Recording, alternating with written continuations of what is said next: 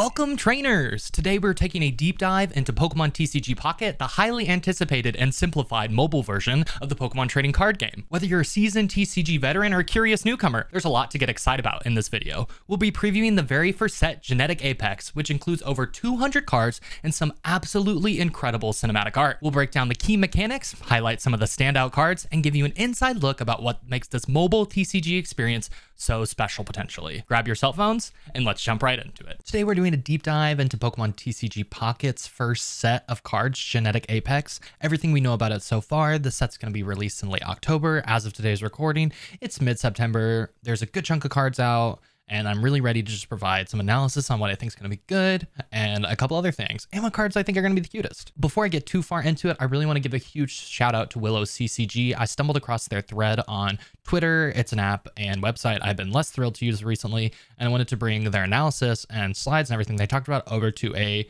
visual format and something I find a little more palatable like YouTube. I reached out, made sure it was all right. The slides I'm going to be using throughout this, it's all provided by them. The analysis provided by them. I'm just going to be adding my own color commentary and bringing it to a new format. So if you guys like things like this, be sure to give Willow a shout. It'll all be in the comments as well. First and foremost, before we look at all the Pokemon, it's important to categorize each of these Pokemon to have an idea of what's good, what's bad, what's below average, pro and con. This is all something that's going into designing any sort of card game. A baseline's established so that's neutral, and then you can kind of push things up and down based on if you want different effects, stronger damage, stronger damage, less health, maybe it's a higher retreat cost, things like that. So the first one is small basic Pokemon. We have Bulbasaur as the example. Small basic Pokemon are anything that can evolve into its stage one. Bulbasaur would be Ivysaur. Think any of the starters, literally anything that's going to evolve is going to fall into this category. Next is a big basic Pokemon. These are basic Pokemon that do not evolve, and they're not EX Pokemon. For context, within Pokemon TCG Pocket, EX Pokemon are going to be stronger, but at the con of, you're going to have 3 prize points you need to get to win the game. If you knock out an EX card, it's going to be 2 prize points. If you knock out big basic Pokemon,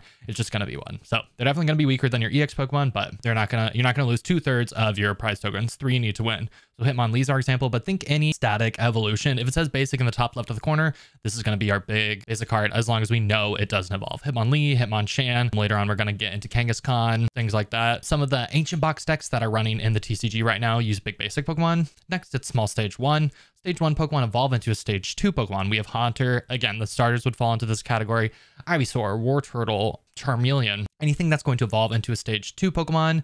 Generally, these are kind of skipped over and ignored in the competitive TCG. Gardevoir deck is an excellent example of this. You use rare candies to skip right over Kirlia. You only run a few of them in your deck. Archeops and Archon for the Lugia deck. You don't even run the Archon at all. You just run, it's a big stage 1, but you just run it. Next, we're going to move on to our big stage 1 Pokemon. Stage 1 Pokemon that do not evolve and are not EXs. So Raichu's an example of this. Any of the evolutions are going to fall into this category. Next is stage 2 Pokemon. Stage 2 Pokemon are, second evolutions, and they're not EXs.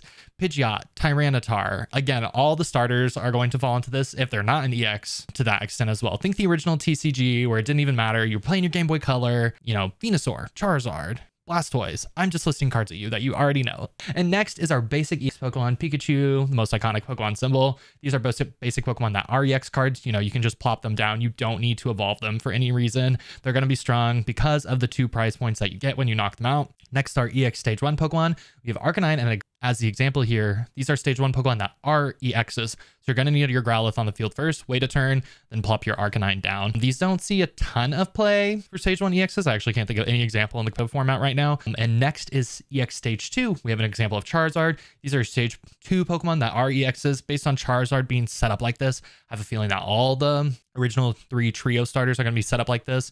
In the TCG, we have Dracopult that works like this right now and is our biggest one. So now we have the categories of cards covered. Willow took time to then do a baseline against these cards. They identified health, attack, damage, energy, retreat costs, looked at the average values, looked at the median values to see kind of across the board what a standard card looks like, and then be ticked up and down. So we're not going to belabor this too much. We're going to talk about the cards briefly, categorize the cards. You can pause, look at the Twitter thread, do a variety of things. If you want to deep dive on your own into these cards, I'm going to be identifying them, talking about my favorites and some things I hope to do with them, and what I think might be good or bad based on the current setup. So small basic Pokemon, these Pokemon are below the baseline in some way, whether that be health, damage per energy, retreat cost. Yeah, those are going to be your big categories to look at. We've got Paris, Diglett, Slowpoke, Magikarp, and Sizzlipede. speed. Magikarp has really low health at 30. That's going to be an easy one to knock out. I hope there's a Gyarados that's going to be in the set. A red shiny Gyarados would be so good to get a cinematic art on it, and I would be so hyped for it. These Pokemon are going to be something you toss on the bench and then evolve. That's pretty much it. And they're going to be most, for me, I love looking at the art of these. That's the most interesting thing out of all of them. Next, we have small basic Pokemon. These Pokemon provide utility in some meaningful way. Something's probably ticked up or down. We've got Psyduck, Meltan, Cubone, Abro, Vulpix, Meowth, and I don't think Tynamo belongs in here. Just looking back, it's got 30 health, 30 for Tiny Charge. You know what? The attack is actually quite a bit high, the damage, so maybe that's exactly how it falls, but I'm going to ignore personally just because I want it to fit with all the other ones and have some sort of ability and utility in a meaningful way. Tynamo's utility could be treated as extra damage for a low energy cost, but Psyduck, you know, it's going to not let you use supporters. Meltan's going to let you accelerate your energy, get a little bit faster. Grimer's going to poison your opponent's Pokemon. Abra's going to let you switch in one of your basic Pokemon without using the retreat cost, so just some sort of utility in a meaningful way. Next, we have small basic Pokemon that are at the absolute baseline. They all have 60 health, they all have 1 energy, they all have 20 damage, they all have 1 retreat cost, and they all have a weakness of some sort. We have Sandlit, Ponyta, Squirtle, Clefairy, Oddish, Eevee, Pikachu, Mienfoo, Shelter, Bellsprout, Bulbasaur. I feel like I just did the Pokemon rap at the end of the song. I want to call out Shelter as being my potential favorite standout art. I love the simple style. I love the juvenile look. I think it looks really clean, really tight, and definitely one I'm interested in collecting and potentially thinking of a fun meme deck to use around it, unless there's a Cloyster EX that's really strong. Next, we're going to move on to our big basic Pokemon. I think these could definitely potentially see some play. I'm just thinking back to kind of like the Game Boy Color days with Hitmonchan, Hitmonlee. They're not basic Pokemon, but I want to think like Machamp was a good one. Just things that are like easy to get out and they have some sort of pro and con for some reason. These big basic Pokemon, you know, they're going to be really strong in some aspect, but then weak or have an aspect of chance in another. I want to talk about each of these cards a little bit more just because I think they can potentially see some play. Electabuzz, we're seeing 70 health, Thunder Punch for the attack move, flip a coin. There's our example of randomness that I talked about in my previous video. If you want to see how I think randomness could potentially play into the rest of the game, definitely check that one out. I'll have it linked right there. But if heads, this is going to do 40 more damage. So it can potentially do 80 damage, but if tails, you're going to do 20 damage to yourself. This head flip, this 50-50 shot definitely has the potential to either win you the game or lose you the game. If you've got 1 price point left, your Pokemon's got 80 health remaining, you're relying on your flip, you lose it, you do 20 damage to yourself, they knock you out, they take the win. So are you willing to, you know, play the casino, play the slot machine for your Pokemon roulette deck, or are you wanting to look for something a little bit more consistent?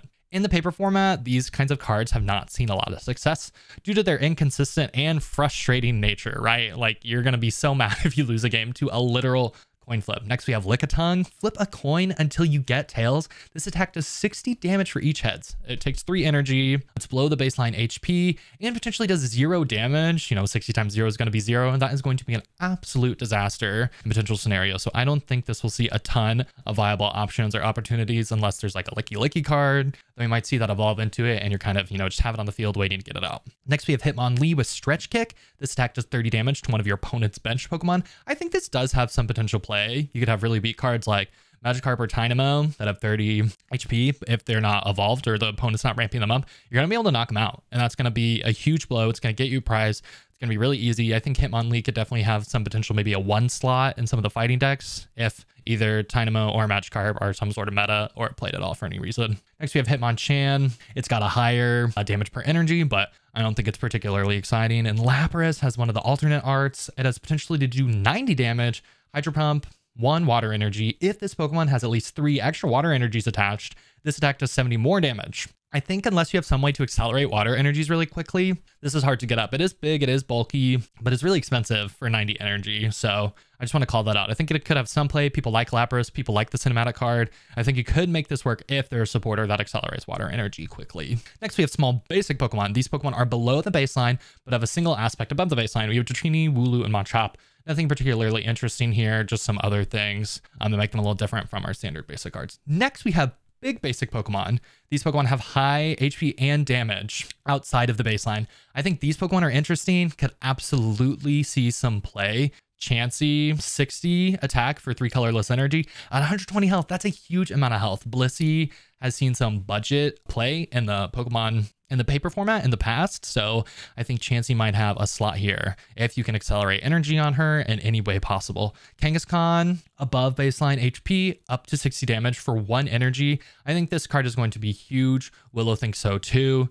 in the staple set. Translated text just for the ability. Flip 2 coins. This attack does 30 damage times the number of heads. So because you're flipping 2 coins regardless compared to like the Lickitung we just talked about, it's going to be more consistent to do 30 to 60. So because of the consistency behind that, you're moving the meter over from 50% to zoo 0 for 25% chance to zoo 0 at a low energy investment that it's kind of like that payout is willing to play. And you could definitely just like splash it in any deck because it is colorless for the energies. So you could be running any type of deck, toss the energy on, toss a Kangaskhan in, you know, get some early damage out on the field. I think it's going to be pretty good as well. So next we have big stage 1 Pokemon. Not going to dive into these too much, but you know, we have Primate, Aerodactyl, Jolteon, Vaporeon, Flareon, Raichu, and Slowbro. They all have some aspect that, you know, kind of goes to their typical, you know, stat. Jolteon's going to do extra damage. Vaporeon's going to be a little tankier. So is Flareon. But, you know, some people are definitely going to try to run the EV decks in some way. Hopefully there's some East version of these cards in the future that are a little bit stronger and you can, you know, make something with out of them. But next we're going to move to the small stage 1 Pokemon. These are all the small stage Pokemon believed. So Willow, you know, calls out here. These are the stage 1 Pokemon revealed so far. So they think their baseline is potentially flawed. There's some small stage Pokemon that will likely be very weak. Again, you know, these cards are skipped over often in the competitive game. Cool art, cool to collect. I think stage 1 Pokemon are often exceptionally underrated, and I have some absolute favorite ones in the mix. Croconaw, I think maybe my all-time favorite stage 1 Pokemon. Curly is pretty cool too. I'm a big Gen 2 and 3 person. I think that's mostly based on my age group. But, you know, nothing too exciting here. We've got Curlia, we've got Haunter, we've got Metapod. Hopefully there's a decent Gardevoir card that we can play with and, you know, kind of get that fix of ignoring someone that's slow playing in the paper TCG and make them move along a lot faster in this mobile client. Stage 2 Pokemon, all 3. So there are 3 stage 2 Pokemon revealed so far. They have abilities, which, you know, really drastically evaluates the evolution of these cards. You can't just look at such straightforward things. It's kind of like their X factor. So I like to think of all these stage Pokemon having a unique ability that probably lets them see some sort of play in any deck and will a lot of times be win condition. For these abilities, you can use it on the bench or the active zone. So they can be weak, but have really strong abilities and really interesting abilities. So I want to talk about each one and what I think it can do and if I think it's going to see some play or not. So first we have Pidgeot, which has Dive Off. Once during your turn, you may switch out your opponent's active Pokemon to the bench. Your opponent chooses the new active Pokemon. So it's kind of like half a boss's orders. You don't get to pick what goes out, but if you want to get rid of anything on the bench, you know, let's say everything on the bench is sub 70 HP, you are going to get a knockout that turn. Regardless, I think Pidgeot, oh my gosh. Pidgeot will be a great splash. I love the art with the magic carpets carrying with its talons. Really, really cool. I think a lot of these have already been knockout. Later in the video, I'm going to talk a little bit about the rarity, but it's got 1 star, and that does mean something right now. Next, we have Greninja, stage 3. Water Shuriken. Once during your turn, you may do 20 damage to one of your opponent's Pokemon. So this is free bench damage. Nothing we've seen so far has 20 HP on it. So it's not going to be a free knockout with the ability, but if they have some splash damage already for some reason, or you've had Hitmonlee in your active zone, I don't think you would because it's a water card, but you can get some knockouts. Bench damage has been really popular in the paper TCG. We had a Radiant Greninja that saw a lot of play historically in Pokédex. And I think this one could potentially see some as well. It's got a relatively low investment into energy. Definitely something you can leave on your bench. I'm curious, maybe pair it with a Blastoise or a basic EX Pokemon would be really good to toss it with. Last, we have Gardevoir. Beautiful, beautiful sunset art on this one. Ability Psy Shadow. Once during your turn, you may take 1 Psychic energy from your energy zone and attach it to a Psychic Pokemon in the active spot. So this would be really helpful just for Psychic decks in general, accelerating your energy. Relatively expensive cost on this one for Psy Shot. So being able to go ahead and accelerate, you're going to be in a much better position with more energy intensive Psychic cards if you can get your Gardevoir out either in the active zone for its self-ramping or for some cards on the bench. Next, we're going to talk about basic EX Pokemon. This is stuff I get really, really excited for. Again, in Pokemon, the goal is 3 knockout points, knocking out the enemy's Pokemon. For EX, will give you 2. If it's a regular Pokemon, it will give you 1. You need to somehow get to 3. You want to min-max that the best you can. For EX cards released so far, we have Pikachu, Mewtwo, Moltres, Zapdos, and Articuno. Didn't read them in the right order, but that's how they say them in my head. I want to talk for sure about each one of these cards and see if I think they're going to see some sort of play.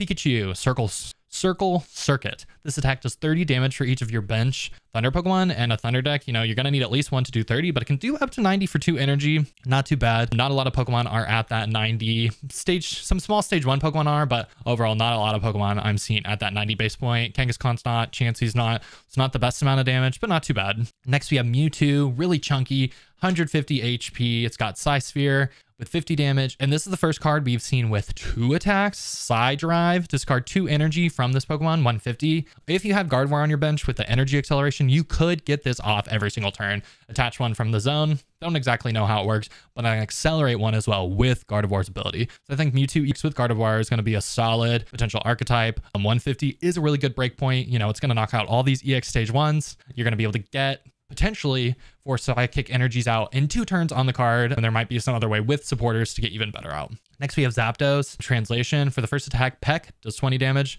For the second attack, Hurricane Wing, 3 electric energies, flip 4 coins. This attack does 50 damage for each heads. Again, this is closer to Kangaskhan. You can hit potentially up to 200. I don't know why I couldn't do math there, but you can still hit as low as 0. So a little trickier. You'll need to hit 3 in a row for a lot of these EX knockouts. Mewtwo, Pikachu, all of them so far we've seen will need at least 150 plus. I'd be much more interested in having a Mewtwo that does 150 guaranteed, you know, because I know I have a guaranteed way to accelerate my psychic energy than Zapdos, which will need 3 turns and maybe not knock it out. So I'm definitely going to rate Mewtwo quite a bit higher than Zapdos at this point, especially because there's that chance to do such low amount of damage. Next, we have Moltres with Inferno Dance. Flip 3 coins, take the amount of fire energy from your energy zone equal to the number of heads, and attach it to your benched fire Pokemon in any way. I think this is pretty good. You get a flip 3. You know, you're not guaranteed, but we did see Arcanine and we did see Charizard. This will probably be a staple in a lot of fire decks just because it's an EX card. It's a basic, toss it in, get a fire energy on it, hope to ramp your bench as fast as possible. And then it has Heat Blast for 70, not a ton, pretty low for amount of energy per damage, DPE, damage per energy. So I'm still leaning to Mewtwo being a little stronger, especially because that Gardevoir card has already been released. Next, we have Articuno with Icy Wing, 40. Yeah, none of these cards have abilities, which is really interesting, but a lot of their attacks seem to do something a little more akin to an ability, at least for Moltres. But let's see what Argnos does. Ice Wing, 40, 3 water energies, Blizzard, 80. This attack does 10 damage to each of your opponent's bench Pokemon. Again, we have something doing some damage to bench Pokemon. 10. This is 30 damage total. Remember, our bench are 3 total for the pocket version. Not too bad. I don't think this is amazing. It is 2 attacks, so you can kind of treat it like 120, but spread is interesting. It will help with cards that have 90 HP, which we've seen on some, but not I don't think that's an amazing breakpoint to be that interested. So out of all these, I am most particularly interested in Mewtwo, especially with the ability to accelerate energy on the Gardevoir. It is a stage 3. Interested to see if there's a supporter or an item card or a trainer card that lets us skip the middle evolution on these cards. So let's talk about stage 1 and 2 Pokemon. It looks like sadly only 1 Pokemon from each of these categories have been revealed so far. So we're just going to talk about some of the basics. Do we think these are interesting and how they fare up to some of the other cards we talked about? So first, we got Charizard EX. You know, the Charizard fans will be thrilled to have Charizard in their set. 60 for Slash is pretty expensive to need 3 energy, but it is stage 3, so you've had time. Next, we have Crimson Storm at 200. Discard 2 energy from this Pokemon. And we haven't seen a single card released yet that has 200 energy, so it's expensive. You lose 2 energy, and it doesn't necessarily, it seems like overkill right now for a lot of things. So Mewtwo won't knock this out in 1. The only one that it'll knock out in 1 so far is Charizard. So that's just an interesting thing to consider. Right now, it's maybe it's the Charizard v Charizard meta. Overall, it is guaranteed, but you still do need a discard. So if we see a way to accelerate fire energy, I'm going to be interested in it, but it's not a basic. The Mewtwo one is a basic, which I'm going to value really highly. Next, we have Arcanine. It's got 120 damage, but Arcanine does 30 damage to itself. 30. That 120 breakpoint is not so good for the EXs. Good for Pikachu, but otherwise not an amazing breakpoint. I don't think this is going to be super useful unless we can bump it. Low amount of energy to do it though. Next, we can take a look at supporters. Supporters, you can only use 1 per turn. This is with Paper TCG, same rules. You can only use 1 supporter per turn. Right now, we've seen 3 supporters so far that are released. We've got Erica, Sabrina, Brock. Art on the Sabrina is absolutely stunning. And so far, every single one of the art rare cards, this is a 2-star one, have been absolute bangers. For Erica, heal 50 damage to one of your grass Pokemon. I haven't seen anything so amazing about the grass Pokemon. None of the EX ones have been released yet. We know there'll be a Venusaur, so that's really interesting, but it requires a specific type. It's only going to see play in mono grass decks for sure. I don't think 2-color decks will even be super popular, except splashing in the Kangaskhan, like we talked about earlier. Next, we have Sabrina. Switch out one of your opponent's active Pokemon to the bench. Your opponent chooses a new active Pokemon. Again, this is like half a boss's orders. We saw another card that could already do this. It was your Pidgeot. So that's the exact same thing as just like running a Pidgeot, but it doesn't need, well, I mean, you don't need to evolve it. So it's cool to have the Sabrina to bring in an opportunity. I like the idea, you know, there's like a trade-off, right? your opponent gets to pick, but you still get a switch. So as long as the card in your active spot can knock out any of the Pokemon on your opponent's bench, it's guaranteed win. But if you want 2 prizes and it's going to knock out each scenario, they're going to switch in. There's going to be some trade-offs, some pros, cons to exactly what you want to do. Next, we have Brock. Take 1 fighting energy from your energy zone and attach it to a Golem or Onyx. Okay, so we know there's going to be a Golem and Onyx. That's really niche. I like the theme with Brock. If there's some sort of Golem Onyx deck, you can definitely play him in, but overall, seems like it's going to be an exceptionally poor card that is really niche and maybe useful in some meme decks or things like that nature. Next, we have trainer cards. Trainer cards are played once and immediately sent to the discard. We've already talked about Pokeball in my previous video about randomization. This is going to be deck thinning and drawing. Willow brings up the point that the more thin your deck is, the closer you get to a deck out. If you deck out in Pokemon, you lose. It's not like some of the other digital games like Hearthstone where you take a health damage or things like that, you're done. And then this has 20 cards in your deck. And again, what Pokeball does is it puts 1 random basic Pokemon from your deck into your hand. So it's kind of like 1 card pulling out 2 cards from your deck. I think it will be useful for your deck being exceptionally consistent, especially if you use some way to quickly get damage on other people's Pokemon and knock them out. But if you don't have a ramp or things like that, you may be just hurting yourself by thinning your deck too much at the 20. I'm interested. I don't know exactly how many cards you're going to draw on turn 1. I think that'll be interesting in playing things out. Next, we have Potion. Heal 30 damage from one of your Pokemon. This is a classic card. I don't think it's too amazing. I think it's for only 20 card deck. I think this is, you want pretty premium stuff. And I don't think this is going to be super useful in the long run. Yeah, so next we have some partially revealed cards from left to right. It's going to be Whimsicott, Rapidash, Rattata, a chunk of Blastoise and a chunk of Venusaur DX. Can't really discern anything from these. Looks like Venusaur and Blastoise are going to have 2 attacks, which again has been pretty uncommon overall for most of the cards. Excited to see some of the flagship things back like Blastoise and Venusaur, which I'd assumed with the Squirtle alternate art. I hope there's a Blastoise alternate art as well, and seeing the Bulbasaur throughout. So Willow has also taken time throughout this to identify some clear missing Pokemon that are likely to be in the game. You know, Kadabra and Alakazam could in theory not be. There could just be an Abra, be pretty lame, but possible. We've got Growlithe, we've got Weeping Bell, Victory Bell, Ivysaur, Charmander, Charmeleon. That's a for sure with the stage 2, Clefable, Marowak, Melmo. That's Meltan, actually. Persian, Caterpie, Butterfree, Mianfu, a whole bunch. You could take a pause. You could take a look at these. But these are pretty interesting. They've got Gyarados on the list. I'm hoping for a Gyarados EX. That is red. Unlikely, but bringing shiny cards into the game would be really, really cool. And I would be so hyped. Before ending the video, I know it's been a really long deep dive. Hopefully, you've done some dishes, vacuumed your house or something while I've talked about all these cards for this amount of time. Or maybe you've played a couple of games of TCG on the computer. Let's look at the rarities. So in the bottom left corner, just like in paper Pokemon cards, we have rarity symbols. It looks like we've got 1, 2, 3, and 4. A little bit different, but there are the amount of rarities. So Diamond 1 going to be basic. Diamond 2 falls into big basic in stage 1. Diamond 3, stage 2, and other things that don't evolve. And 4 diamonds is your EX rarity. And next, we also have seen some cosmetic star rarities. Again, like I've said, I feel like these cards have been absolute bangers. Digital art can definitely bring them to a whole nother level and viewing them interactively with the 3-star cinematic cards. But, we've got 1, 2, and 3 stars. The 1-star for your basic Pokemon, 2-star alternate art are for your EX Pokemon.